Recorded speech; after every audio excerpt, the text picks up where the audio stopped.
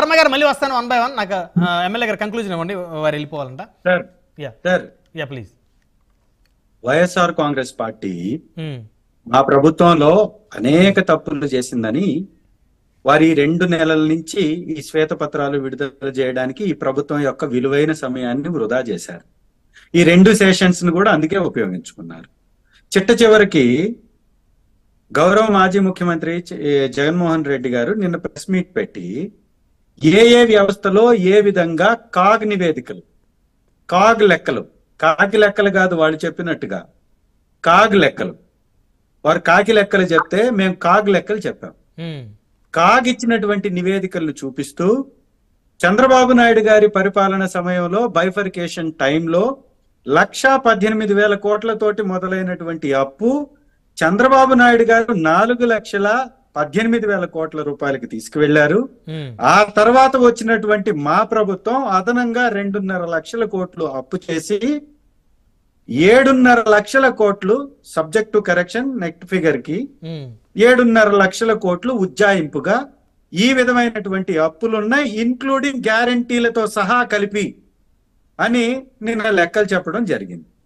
మళ్ళీ ఈరోజు బుగ్గన గారు మాజీ ఆర్థిక మంత్రిగా పనిచేసినటువంటి రాజేంద్రనాథ్ గారు కూడా ఇవాళ ప్రెస్ మీట్ పెట్టి వారు కూడా మా ప్రభుత్వంలో జరిగినటువంటి ఈ యొక్క పరిపాలన మీద వారు కూడా వివరాలతో కూడినటువంటి అంశాలని వారు కూడా చెప్పడం జరిగింది. నిజంగా ఇన్ని శ్వేతపత్రాలు వాళ్ళు విడుదల చేసిన వాటిల్లో మేము ఇచ్చినటువంటి ఈ కాగ్ నివేదికలకి ఎక్కడన్నా పొంతన పోలిక ఉందా అంటే దాని అర్థం ఏంటి? శాసనసభ సాక్షిగా అబద్ధాలు చెప్తున్నారనేది. అన్ని శ్వేతపత్రాల్లో ఇచ్చినటువంటి లెక్కలన్నీ కూడా అబద్ధపు లెక్కలు అంటారా? మ్యాచ్ అవ్వట్లేదు కదా. ఏ పార్టీ ఒక్క నిమిషం కాగిచ్చే నివేదికలు ఏ పార్టీకి సంబంధించింది కాదు. మరీ ముఖ్యంగా మాట్లాడుకుంటే కాగ్ అనే వ్యవస్థ కేంద్ర ప్రభుత్వంలో ఒక భాగస్వామిగా ఉండేటటువంటి వ్యవస్థ. కేంద్ర ప్రభుత్వాన్ని పరిపాలిస్తున్నటువంటి ఎన్డీఏ కూటమిలో ఒక భాగస్వామి వ్యవస్థ. కేంద్ర ప్రభుత్వంలోనే ఉన్నటువంటి ఆర్థిక మంత్రి గారు కూడా ఆర్థిక పరిస్థితి మీద, రాష్ట్రం యొక్క అప్పుల మీద వారు చెప్పినటువంటి వివరాలకి వీరు బయట పెడుతున్నటువంటి ఈ శ్వేతపత్రాలకు పొంతనుందా? రెండవది, వారు ఎప్పుడైతే అధికారం కోసం తాపత్రయపడుతూ ప్రచారాలు చేశారో 14 లక్షల కోట్లు ఏపీ అప్పు అని పదే మాట్లాడారు కదా. మరి 14 లక్షల కోట్ల గురించి చెప్పాలి కదా. గవర్నర్ గారి ప్రసంగంలో ఏమో 10 లక్షల కోట్లు అని చెప్పారు. 14 లక్షల కోట్ల అప్పు అనేమో వారు ప్రసారాలలో ప్రచారం చేసేటప్పుడు వాడుకొని గవర్నర్ గారి ప్రసంగంలో 10 లక్షల కోట్లు అన్నారు. పోనీ 10 లక్షల కోట్లైనా కానీ చూపించాలి కదా. రెండవది, 12 నెలలకు సంబంధించినటువంటి బడ్జెట్ నే ఇయ్యలేనటువంటి ప్రభుత్వం ఒక ప్రభుత్వమా? ఒక అమ్మాయిని మానభంగం చేసి హత్య చేస్తే శవాన్ని కనిపెట్టలేనటువంటి ప్రభుత్వం ఒక ప్రభుత్వమా? కేవలం నెల రోజుల్లో 14,200 కోట్లు అప్పు చేసినటువంటి ప్రభుత్వం ఒక ప్రభుత్వమా? రోజుకి 450 కోట్లు అప్పు చేస్తున్నటువంటి ప్రభుత్వం ప్రజలకి మేలు చేస్తుందని ప్రజలందరూ నమ్మాలి. ఇవన్నీ కూడా మీరు అసెంబ్లీకి వెళ్ళి అసెంబ్లీలో మీ గళాన్ని బలంగా వినిపించాలని శాసనసభలో చర్చ జరిగిందా? రెండవది, అసెంబ్లీలో వినిపించాల్సినటువంటి వాయిస్ ఆరోపణలు చేశారు. అసెంబ్లీలో వినిపించాల్సిన వాయిస్ కేవలం చర్చా వేదికలోనే వైసీపీ నేతలు మాట్లాడుతూ ఉన్నారు. జగన్మోహన్ రెడ్డి గారు సైతం కూడా అసెంబ్లీలో మాట్లాడకుండా కేవలం ప్రెస్ మీట్ ముందు మాత్రమే మాట్లాడుతున్నారని చాలా మంది కూడా వారి అభిప్రాయాలు తెలియజేసుకుంటా ఉన్నారు, ఆవేదన మాట్లాడుతున్నాం. అసెంబ్లీలో మాట్లాడడానికి అసెంబ్లీని అటెండ్ అయ్యాం. అసెంబ్లీలో గవర్నర్ గారి దృష్టికి తీసుకెళ్లాం. రేపు జరగబోయేటటువంటి శాసనసభలో ఖచ్చితంగా నిలదీస్తాం. మేమేమంటామంటే పథకాలని ఇంప్లిమెంట్ చెయ్యలేనటువంటి కూటమి ప్రభుత్వం ఒక తప్పుడు విధానాన్ని ఎంచుకుంది. రాష్ట్రంలో ఆర్థిక పరిస్థితి బాగలేదని చెప్పి పథకాలు ఇవ్వకుండా తప్పించుకునేటటువంటి ప్రయత్నం చేస్తుంది. దానిలో భాగంగా ఒక రూట్ మ్యాప్ ఏర్పాటు చేసుకొని ప్రతిపక్షాన్ని నిందిస్తూ కాలయాపన చేయాలనేటటువంటి చంద్రశేఖర్ గారు సమయం లేదు మాట్లాడుతున్నారో వాళ్ళ మీద దాడి చేస్తూ చంద్రశేఖర్ గారు ఇదే ఎనర్జీ ఇదే ఫ్లో అసెంబ్లీలో మీరు కొనసాగించాలని కోరుకుంటా ఉన్నాం. ఇదే ఎనర్జీ ఇదే ఫ్లో అసెంబ్లీలోకి వెళ్ళి కొనసాగించాలి, మాట్లాడాలి, ప్రజల పక్షాన మాట్లాడాలని చెప్పేసి అందరూ కోరుకుంటా ఉన్నారు. సమయం లేదు ఎమ్మెల్యే గారు, దయచేసి ఖచ్చితంగా చేస్తాం ఆ పని, ఖచ్చితంగా ప్రభుత్వానికి కూడా సూచిస్తున్నాం. ప్రజల యొక్క జీవితాలను మార్చడానికి, ప్రజలకు ఇచ్చినటువంటి హామీలు ఈ రాష్ట్రం ఆర్థికంగా అభివృద్ధి చెందడానికి పరిపాలన కోరుకుంటారు తప్ప వ్యక్తిగత దూషణలకి, వ్యక్తిగత కక్షలకి, వ్యక్తిగతమైనటువంటి లాభాపేక్షకి ఈ రాష్ట్రాన్ని బలి చేయొద్దని ఈ కూటమికి కూడా సలహా ఇస్తున్నాం. సురేష్ గారు. సార్ చంద్రశేఖర్ గారికి నమస్కారం. ముందుగా చంద్రశేఖర్ గారు కావాలి. హలో సార్, నమస్తే. సురేష్ గారు మీరు కంటిన్యూ చేయండి.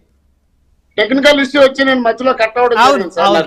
అవును అదే సార్, ముందుగా చంద్రశేఖర్ గారు వెళ్ళిపోయినట్టున్నారు. ఆయనకు మాట చెప్పదలుచుకున్నారు. పర్లేదు చెప్పండి, వారు వింటారు, చూస్తారు, చెప్పండి, లైవ్ కదా. అంటే చంద్రశేఖర్ గారు లాంటి వ్యక్తి అంటే ఆయనకి మంచి వాయిస్ ఉంది, ప్రతిదీ ఒక్కటి సబ్జెక్ట్ చదువుకుంటారు. ఆయన ఏం చేస్తారంటే కత్తికి రెండు వైపులా పొదిగినటువంటి వ్యక్తి ఆయన.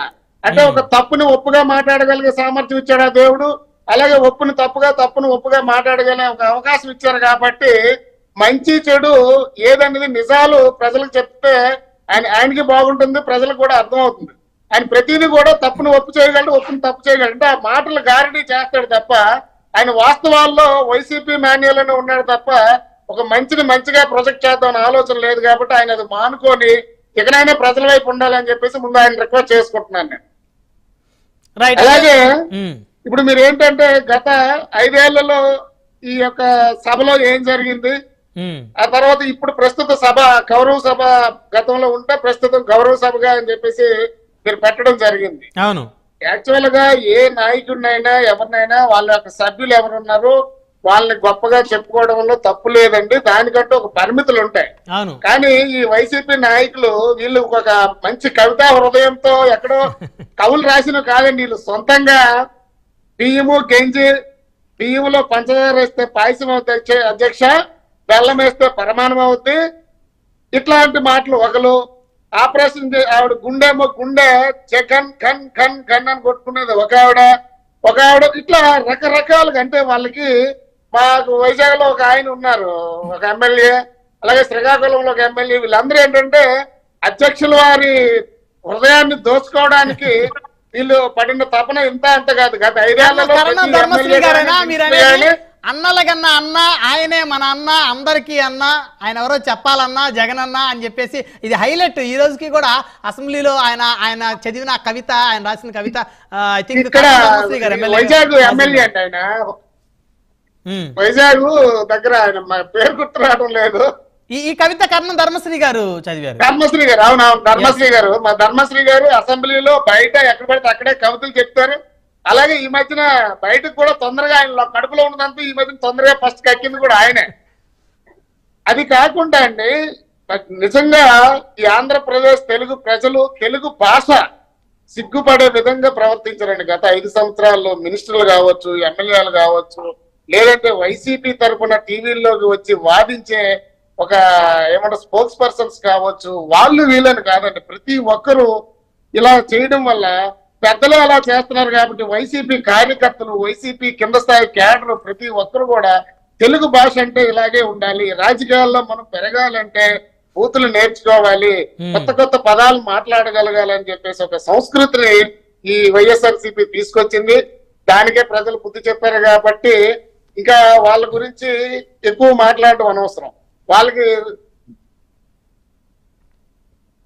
రైట్ వర్మ గారితో మాట్లాడు.